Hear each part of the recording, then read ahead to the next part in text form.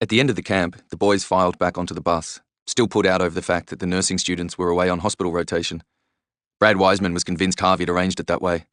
We all got our money back, and Miles Harrigan retained stud status without having to prove himself. "I can't believe no one put a buck on me," Wiseman must have said 50 times a day. Rory and I'd pat him on the back and say, "Next year, mate, next year." Dad and I waved them off as Soup chucked a farewell brown eye from the back window. That was it. Footy camp over for another year. "Let's go," Dad said. "I told your mother we'd try and be there by dinner time." The next morning I saw Daniel.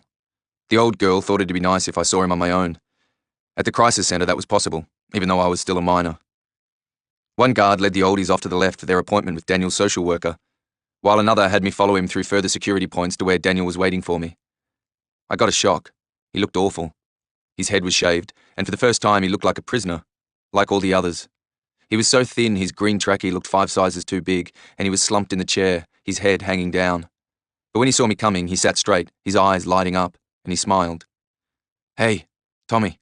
He squeezed my hand tight. "How you going?" God, those first few minutes were difficult. "I'm okay," Daniel nodded. "Wasn't for a while, but I'm getting there." Good to hear." "So, how was it?" "How was footy camp, mate?" Daniel laughed. "You forgotten already?" "Wasn't bad." "They still the worst footballers around?" "They're okay," I shrugged. "Just different." "Different how?" Since Dad's rave, I'd been giving it all a fair bit of thought, but I couldn't exactly put my finger on it. "You know, Dan, they really enjoy playing. It's not just about winning." "Can't see the point." Daniel frowned. "I mean, it's all about winning, isn't it?" "Dunno." Daniel shook his head. "What's up with their coach?" "Harvey's a solid bloke," I told him. "He knows they're not the best team in the world, but I think he makes them feel like they are." I couldn't believe what I was saying, yet it made sense. "Harvey's like, it's about being part of a union, where what you do affects others." He kept going on about it being a life skill, not just a sport thing. "Ha!" Daniel scoffed. "What did the guys think about that load of crap?" But I was beginning to think it wasn't a load of crap. Something was dawning on me. Something I thought I'd never feel. St. John's was all about winning, wasn't it? Retaining the Wattle Shield. That's all we were hungry for. "What's wrong with that?" Daniel replied. "I'm not sure," I said. "That pressure was always there, not from the old man. I think we did it to ourselves. It was like it was the only thing that mattered to us in the billy. Maybe that took something away from it." I shrugged. "Just a thought." "Geez, mate," he said. "Sounds like you've been having a bit too many of them." The best thing about playing in the first at St. John's was playing with you, Dan. As I said it, I realised that towards the end it had become the worst thing too, trying to carry him as his game slipped and he stopped caring about us, the Brennan brothers. I guess it's just different now. "It's all different," Daniel sighed, "because I fucked up." "It's not—" "No, I did." Daniel's voice was firm. "I did, Tom, and that's what I'm trying to get a handle on." He nodded his head a few times. "But I'm going to get there. I got Jerry, my mentor, and Mrs. Kumar, the social worker. She's been really good. Top lady. She's been good to Mum too. And then there's Theo. I got to keep it together for him. He's been flipping out bad." "Yeah? And all you lot," he kept talking. You've stuck around. I don't know why, but you have. We're family, mate. That's the hardest bit. All the people I've hurt." A tear slid down the side of his face. Quickly, he wiped it away. "Finn." His Adam's apple bulged just like Dad's. "Finn's the hardest though, mate. It was the thought of his birthday at the rehab centre that sent me off.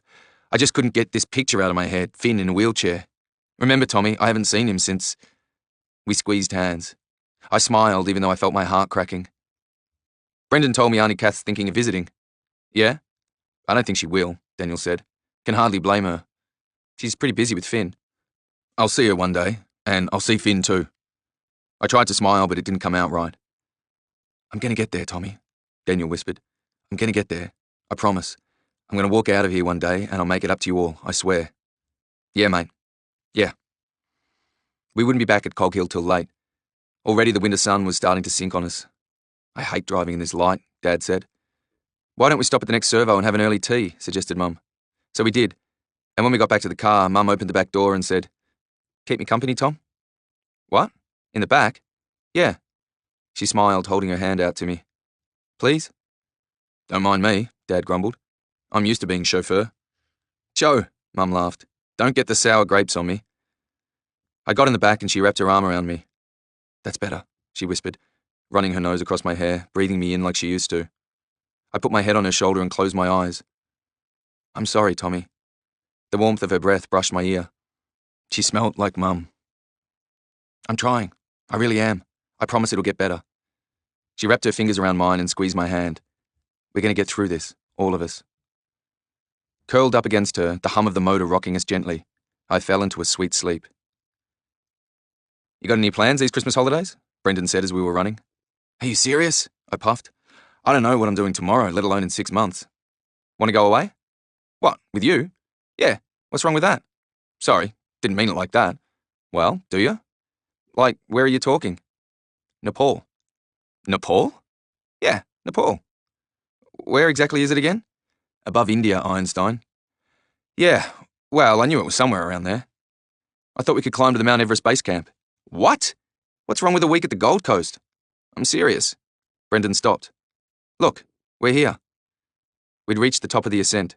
I'd made it up without even realising. Brendan cheered. You did it without a whinge. You must be ready. You sneaky bastard, I panted. You kept me talking so I didn't know how far we'd gone. He slapped me on the back. And you talked all the way up too. I slapped him back. I'm turning into you. We started running down, not talking, just the sound of our feet pounding the ground and our breath short and sharp. I'm serious about Nepal, Brendan said. You mean this Christmas? This Christmas, Tom. So we wouldn't be here for Christmas Day. Nope. And you and me? You and me and Mount Everest. Gee, give it some thought. I don't have any dough. I gave up my job at Kentucky after... We can work that out, he said. You do a bit of work for me in the sheds, I'll give you a loan. Interest-free? Yes, you little dickhead. Back at the house, Gran was frying up bacon and sausages. She seemed to be on some kind of feeding mission, which suited me. She'd finally mastered brekkie. It was the other meals that still made me nervous. 2 eggs, Tom? Thanks, Gran. I gave her a peck on the cheek. You stink, Thomas. She screwed up her face, but I could see a smile. Go have a shower. Chop chop. Kylie was staring in the bathroom mirror. You finished, Kyles? I hate my hair. What? I hate my hair. Just leave it alone, I said to her through the mirror. Stop putting all that crap in it. But I need the crap or it won't go right. Why don't you tie it back like you used to? I told her. That looked okay. That was then, she groaned. I'm not that person anymore. Well, can you think about it in your own room? I want to get in the shower. She closed the door. I peeled off my sweaty t-shirt, getting a glimpse of myself in the mirror. I'm not one of those show ponies who love a good stare, but today I noticed my arms weren't looking bad. I gave my muscles a flex and there was a bicep sticking up on its own. I felt it. Not bad. Daniel had built up arms, but he worked on them. Before school, when we'd brush our teeth, he'd shove me out of the way so we could watch his muscles bulge as his arms scrubbed frantically up and down his gums. Look at those pistons, Tommy, he'd say. Go on, have a feel. It was okay when I was 10, but after a while I'd have to tell him to piss off. I don't want to feel your muscles, you faggot. He must have hated looking at his arms now. Long, thin, and wasted. I was looking forward to the lunchtime grudge match against St Xavier's, Benny's brother school, the other big Catholic school in Cog Hill. Like Benny's, they'd combined with a local Catholic girls' school. The boys had been talking about the game for a few days. The last 2 years they'd lost. Now they were determined to make up for it. We had a few moves planned, and I knew they were looking to me to help them out. After our warm-up, the Xavier boys started to arrive. As they loaded off their bus, another bus arrived, chockers with Xavier girls. They were like a bloody cheer squad, all wearing the footy jersey over their skirts, some in beanies and scarves too. Check 'em out. Dirty Wiseman, always looking. There's hundreds of them. A big girl, squeezed into her jersey, came down the steps of the bus. Look at that, he whistled. Do you reckon I'm propping against her? It'll be the closest you ever get to a chick, Jimmy laughed. We should have told our girls to come down too, Rory whinged. Like who? 20 minutes of tapping boots, doing up headgear, getting the psych up talk and yelling the war cry, and we jogged out of the change room to find a human tunnel lined with Benny's boys and girls chanting and slapping us on the back. Benny's! Benny's! Benny's! The cheering was almost louder than the Wattle Shield Grand Final. For the first time at Benny's, I had butterflies. I was pumped, and more than that, I cared. Let's do it, boys, Tonelli called. From the kick-off, we were on fire. The forwards took it to them and the backs were on song. The first half was almost perfect, 10-0. The boys were wrapped. Stay focused, I barked. It's not over yet. Remember the last 10 minutes. We've got to hold it together when we feel buggered. Allers, I yelled to the backs. This was the move I'd showed the boys towards the end of camp after I'd pulled my finger out. They loved it too. Keep it up, boys, Wiseman roared from the scrum. I picked up the ball and darted down the blind side, throwing a cutout pass to Tonelli, who found our full back hitting the line with pace. Marcus loomed up beside him. With a clear under the try line, he caught a perfectly timed pass, leaving the Xavier cover defence in his wake, and bang, under the posts. Marcus threw me the ball to convert. Mate, I said, you make my job easy. He grinned. We won 22-5. Every Benny's kid there was stamping their feet and yelling the war cry. Benny's, Benny's, we are the Red Machine. They were so loud we could hardly hear ourselves on the field, laughing and shouting. Then something happened that had never happened to me before. Wiseman and Tonelli lifted me up on their shoulders, and the crowd went psycho.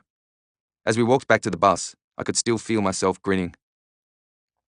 God, I wish I'd been there, Chrissy said, that beautiful mouth of hers smiling at me. I was exhausted, but there was no way I was going to miss out on the dinner at the club. The fellas didn't know what I did every Tuesday night. I couldn't trust them. If they knew Chrissy was there, they'd turn up like sick puppies that you didn't have the heart to get rid of. Choir rehearsals on top of extra lunchtime classes, Chrissy moaned. I can't wait till the finals are over. You still thinking of nursing? Brendan asked. Yeah, I am. She smiled. I'm going to apply to the nursing college at Barton Uni. No, I wanted to yell. Anywhere but there. I didn't want her becoming a footy camp statistic. That's where Tom had his footy camp, Brendan nudged me. See, you survived it, mate. I glared at him. I didn't want Chrissy knowing what I'd said about it being too late for a Benny's footy camp. She'd think I was up myself. Besides, I didn't think that anymore. So, you're going to do nursing? I returned to the safer topic. I think so, she nodded. What are you going to do? Not sure, I answered. I've thought about sports science, something like that, but I don't think I'd get the marks. I'll tell you what he's doing first, Brendan butted in. He's going to climb to the Mount Everest base camp with me. So you're going to Nepal? Johnny asked as he tucked into the biggest T-bone I'd ever seen. Wow, Chrissy licked her fingers. When? December, Brendan said, if I can convince him. You have to go, Tom. It'd be fantastic. Chrissy grinned. Johnny, when are you going to get over your flying phobia? You can't go anywhere interesting unless you go by plane. Now her perfect mouth was sucking up long strands of spaghetti. Brendan has been dying to do that trip for years, Tom, but he can't get Johnny interested in anywhere unless you can get there by train, which counts out pretty much the whole world. I watched her lips curl around the fork. I mean, they can't sit around Cog Hill for the rest of their lives like an old married couple. Can they, Tom? Her tongue licked some sauce off her top lip. I felt giddy. Can they? Huh? I muttered. You should definitely go, nodded Chrissy. Yeah, I am. I am? Great, Brendan said. Good on you. Nepal, here we come. I had it bad. At least I think I had it bad. I'd never liked a chick like this before, so I didn't have anything to compare it to. But if she's all you can think about and in 3 minutes she convinces you to go to a country you'd hardly heard of, then yeah, I had it bad. The light in Kylie's room was on, her music pumping. I was glad she was still awake as my earlier tiredness had vanished.